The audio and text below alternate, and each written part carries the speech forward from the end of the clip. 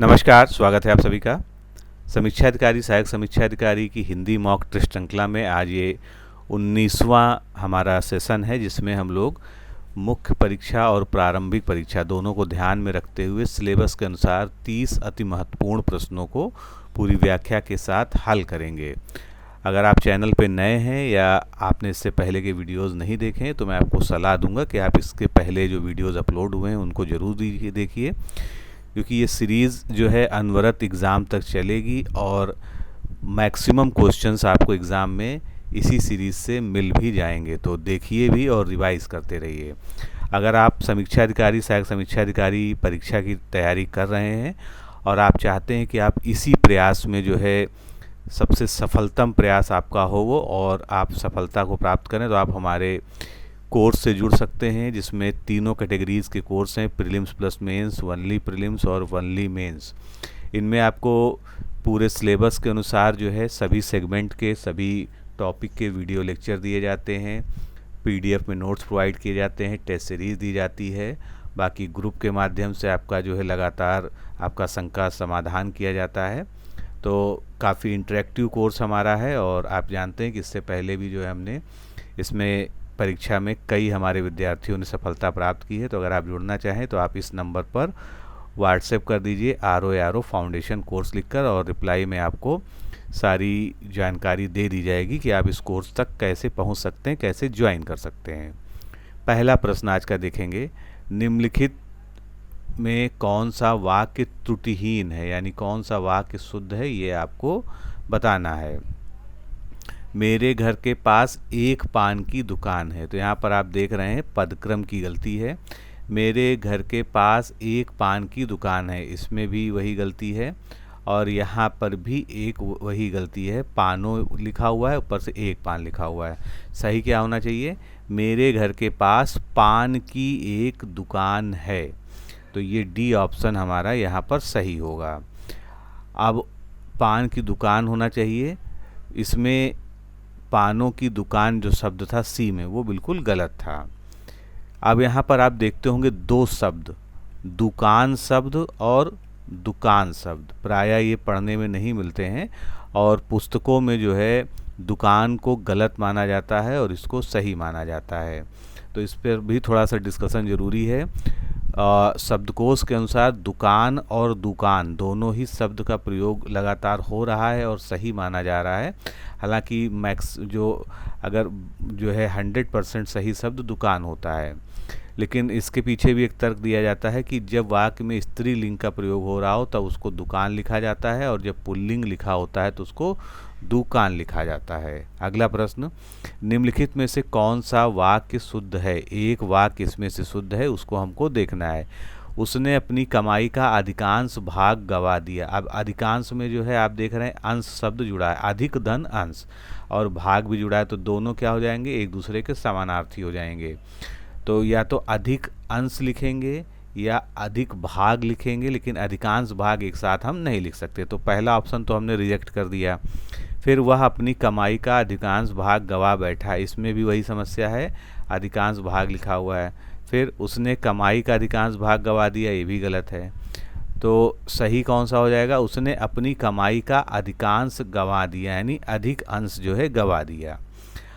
तो इसमें आप समझ गए होंगे कि अधिकांश शब्द में भाग का जो अर्थ है वो अपने आप में समाहित है, इसलिए अलग से भाग लिखने की आवश्यकता नहीं थी।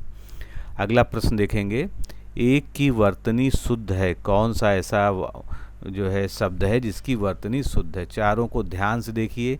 आविष्कार लिखा हुआ है, देवर्ष लिखा हुआ है, नी शब्द लिखा हुआ है, जमाता लिखा हुआ है। तो वर्तनी शुद्ध किसकी हो गई? वर्तनी शुद्ध हो गई आविष्कार की। ए ऑप्शन बिल्कुल सही है, बाकी गलत हैं। क्या गलत हैं? देवर्षि कैसे लिखा जाएगा?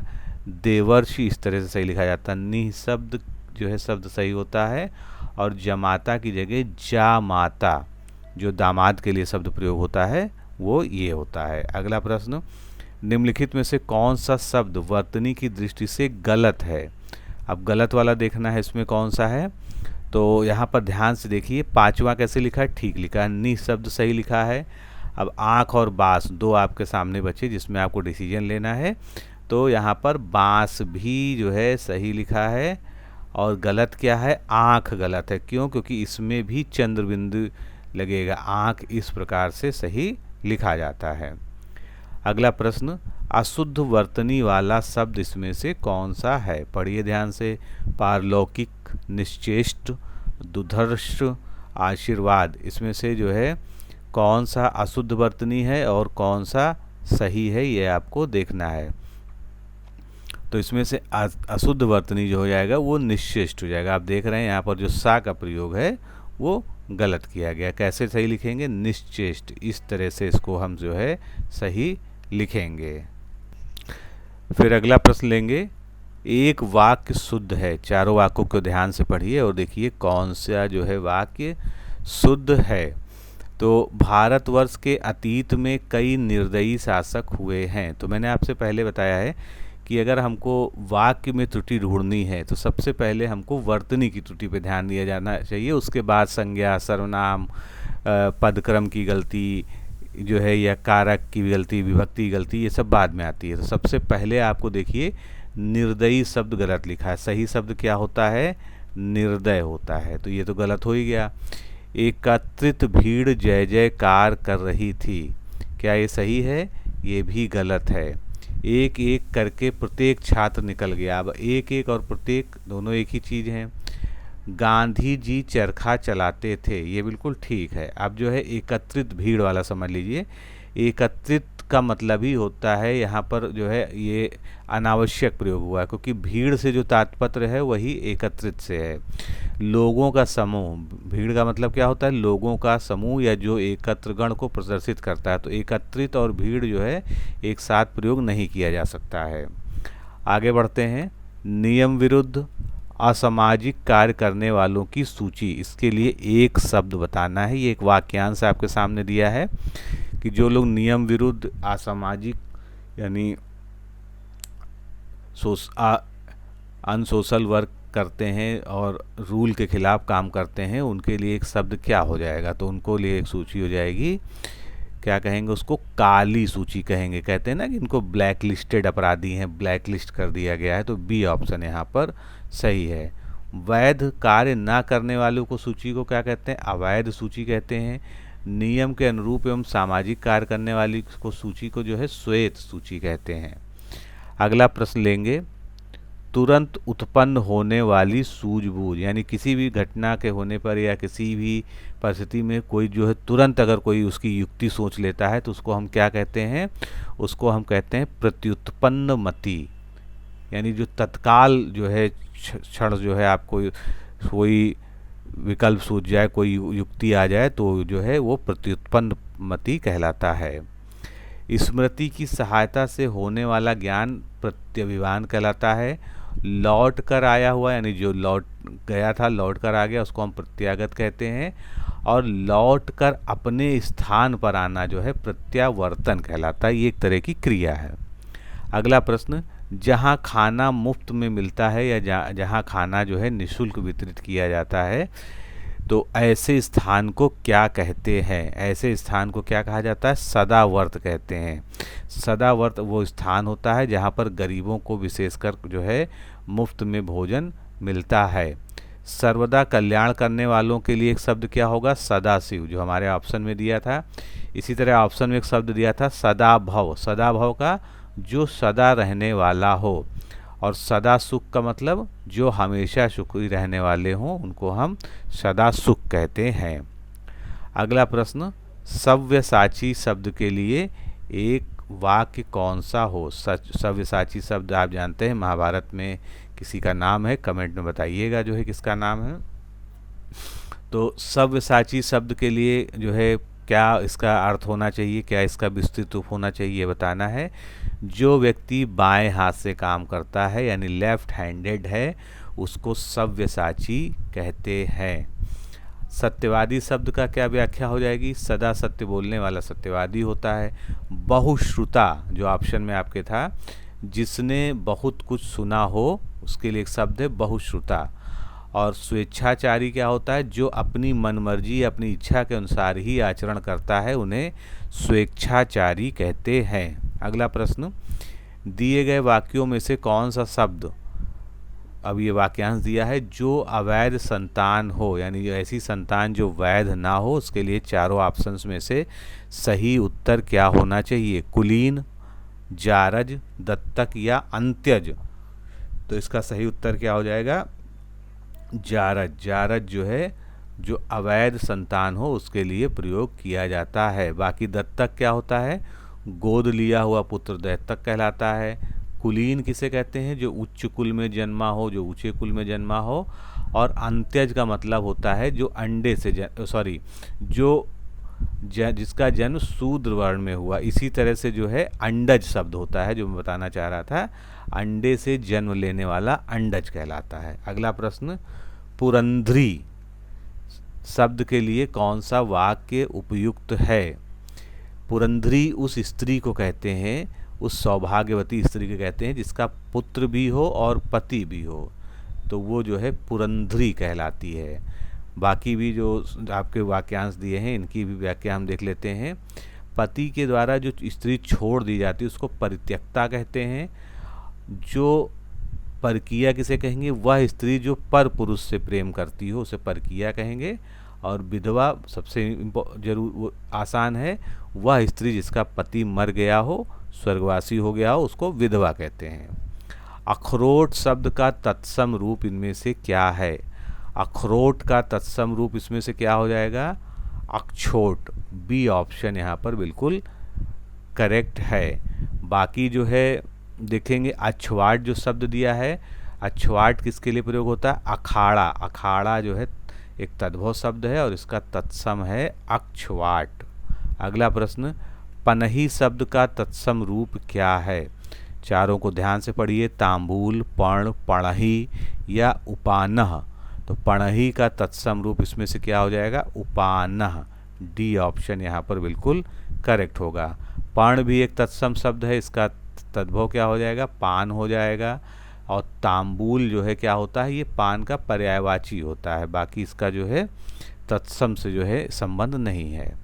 अगला प्रश्न, तद्भव शब्द है, चारों शब्दों को ध्यान से पढ़िए, इसमें से एक तद्भव कौन सा है? मानव, मनई, मनुष्य, मानो। तो इसमें से तद्भव कौन सा हो जाएगा? तद्भव हो जाएगा बी ऑप्शन मनई, जो कि मनुष्य या ये जिसका तत्सम मानव हो जाएगा। जबकि तद्भव शब्द मानुष जो होता है उसका तत्सम जो है मनुष्य होता है। अगला प्रश्न देखेंगे, उच्छ्वास शब्द का तत्सम रूप इसमें से क्या होगा? तद्भव रूप इसमें से क्या होगा ये बताना है। उच्छ्वास क्या है? खुद में एक तत्सम शब्द है। अब इसका तद्भव बताना है आपको, तो इसका तद्भव क्या हो जाएगा? उश्वास। सी ऑप्शन यहाँ पर हमारा बिल्कुल करेक्ट होगा।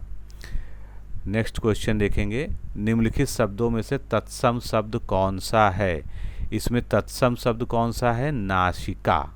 ध्यान से देखिए, नासिका जो है तत्सम है। खीर, अमीय और कोक जो है कैसे हैं? ये तद्भव शब्द हैं। खीर का जो है आप देखेंगे तत्सम क्या होता है? क्षीर होता है। अमीय का होता है अमृत और कोक का होता है कुक्षी। ये तीनों ही ध्यान रखने वाले हैं। अगला प्रश्न, निम्नलिखित में से कौन सा शब्द तद्भव रूप है? तो इसमें से तद्भव देखिए ध्यान से जो है समझ में आ जाएगा कि कौन सा इसमें से तद्भव है। सबद। हालांकि पढ़ने में लगभग सब एक जैसे होंगे, लेकिन इसमें जो तद्भव है वो शब्द का तद्भव सबद हो जाएगा। अगला प्रश्न, इसका सही तद्भव सबद हो जाएगा, लेकिन शेष विकल्पों में जो दिए थे वो त्रुटिपूर्ण थे। अगला, सुधामयी, वात्सल्यमयी, तू प्रेममयी है। इसमें विशेष कौन सा वाक्य है? ध्यान से इसको पढ़िए, थोड़ा सा जरूर टफ होगा इसमें से। सुधामयी, वात्सल्यमयी, प्रेममयी, इस वाक्य में विशेष कौन सा है? तो इसमें कोई भी विशेष का प्रयोग नहीं हुआ है। सुधामयी का अर्थ क्या होता है? जो सुधा से भरा हुआ हो। उसी तरह वात्सल्यमयी का अर्थ होता है जो वात्सल्य के गुण से भरा हुआ हो। प्रेममयी का अर्थ है जो प्रेम से भरा हुआ हो। अतः सुधामयी, वात्सल्यमयी और प्रेममयी तीनों ही विशेषण है, इनमें कोई भी विशेष शब्द नहीं है। अगला प्रश्न, रमेश की पुस्तक पुरानी है। इसमें पुस्तक शब्द क्या है? रमेश की पुस्तक पुरानी है। तो पहली चीज़ देखें, पुरानी क्या है? पुरानी एक विशेषण है। किसकी विशेषता बताई जा रही है? पुस्तक की, कि पुस्तक पुरानी है। तो फिर पुस्तक क्या हो जाएगा? पुस्तक इसमें विशेष ही हो जाएगा, क्योंकि उसकी विशेषता बताई जा रही है। ये एक संज्ञा शब्द है। अगला प्रश्न, निम्नलिखित शब्दों में से कौन सा शब्द गुणवाचक विशेषण है? गुणवाचक विशेषण देखिए इसमें कौन सा है? सच्चा, चौथा, कुछ, आठ। गुणवाचक का अर्थ क्या होता है? किसी विशेष गुण को इंगित करने वाला जो शब्द होता है, जो विशेषण के रूप में प्रयुक्त होता है, वो गुणवाचक होता है। तो सच्चा, झूठा, अच्छा, बुरा, ये शब्द कैसे सब हैं? गुणवाचक हैं। तो ए ऑप्शन हमारा यहाँ पर सही हो जाएगा। शब्द जो चौथा था वो कैसा था? वो क्रमवाचक था। क्यों? पहला, दूसरा, तीसरा, चौथा। तो ये क्या बता रहा है? एक सीक्वेंस या एक सीरियल का बोध करा रहा है। इसी तरह से कुछ क्या है शब्द इसमें? कुछ एक अनिश्चित परिमाणवाचक है विशेषण। और आठ क्या है? आठ जो एक संख्या है, तो ये गणनावाचक विशेषण हो गया, क्योंकि इससे हम 1 2 3 4 गणना कर रहे हैं। अगला प्रश्न, गाय का ताज़ा दूध स्वास्थ्य के लिए लाभदायक होता है। गाय का ताज़ा दूध स्वास्थ्य के लिए लाभदायक है। इसमें विशेषण क्या है ये बताना है। तो आपको वो शब्द ढूंढना होगा जिसकी विशेषता बताई जो है विशेषता बता रहा है। तो इसमें जो है दूध की विशेषता कौन सा शब्द बता रहा है? ताज़ा। दूध कैसा है? ताज़ा है। तो ये क्या हो जाएगा? एक विशेषण शब्द है।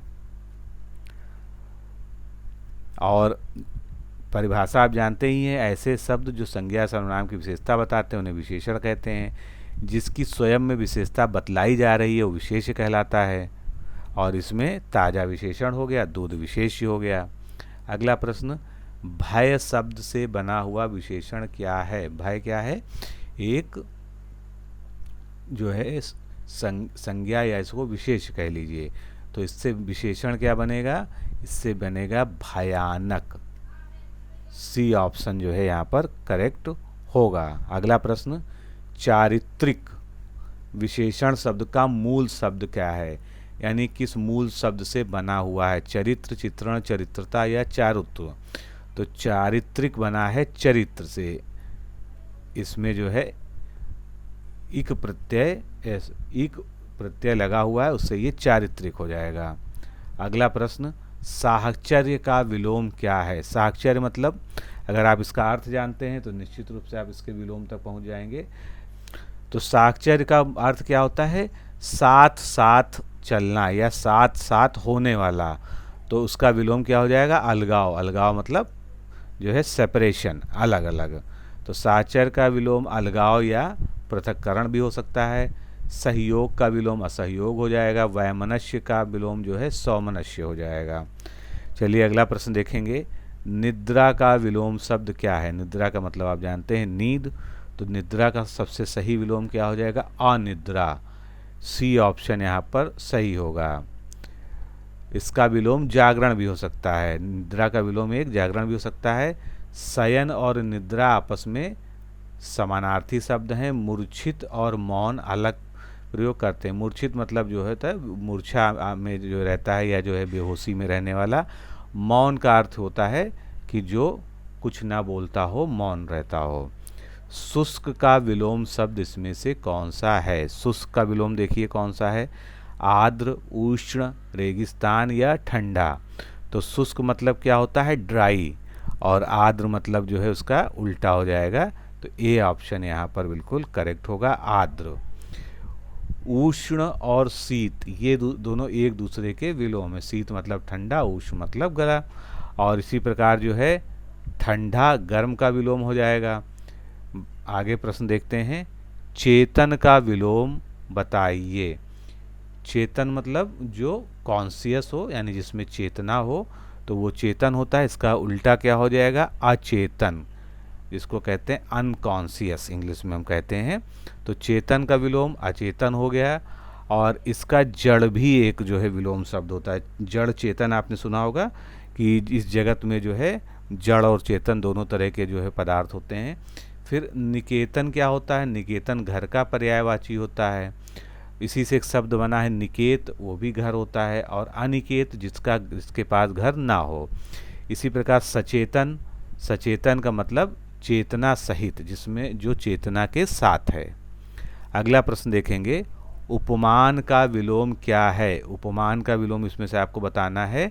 तो आपने निश्चित रूप से पढ़ा होगा, उपमान का उपमेय होता है। अलंकार जब आपने पढ़ा होगा तो उपमान उपमेय वहाँ पर बहुत आता है। मान का विलोम मतलब सम्मान, मान का अर्थ होता है तो उसका विलोम अपमान हो गया। समान मतलब इक्वल, तो उसका मतलब जो है अनइक्वल या असमान यहाँ पर दिया हुआ है। अगला प्रश्न, विलोम की दृष्टि से असंगत विकल्प का चयन कीजिए। निर्दय का विलोम सदय, बिल्कुल सही लग रहा है, ठीक है ही। नीरस जिसमें रस ना हो, सरस जिसमें रस हो या रस के साथ, बिल्कुल ठीक है। इसी प्रकार निरामिस का सामिस यानी वेज और नॉन वेज वाला हो गया मामला यहाँ पर। नत का विलोम अवनत नहीं होगा। नत का विलोम क्या होता है? नत मतलब झुका हुआ, उन्नत मतलब उठा हुआ। तो ये जो है जैसे कहते हैं ना, मैं नतमस्तक हूँ, यानी मैं आपके सामने अपना मस्तक झुकाता हूँ, आपके सामने झुकता हूँ। उन्नत का मतलब उठा हुआ। तो ये जो है इसका सही विलोम शब्द हो जाएगा। तो दोस्तों आज के इस सेगमेंट में हमने 30 प्रश्नों को हिंदी के सॉल्व किया। इनको लगातार रिवाइज भी करते रहिए, सभी महत्वपूर्ण क्वेश्चन है आपके एग्जाम पॉइंट ऑफ व्यू से। तो आज के लिए इतना ही। नमस्कार, धन्यवाद।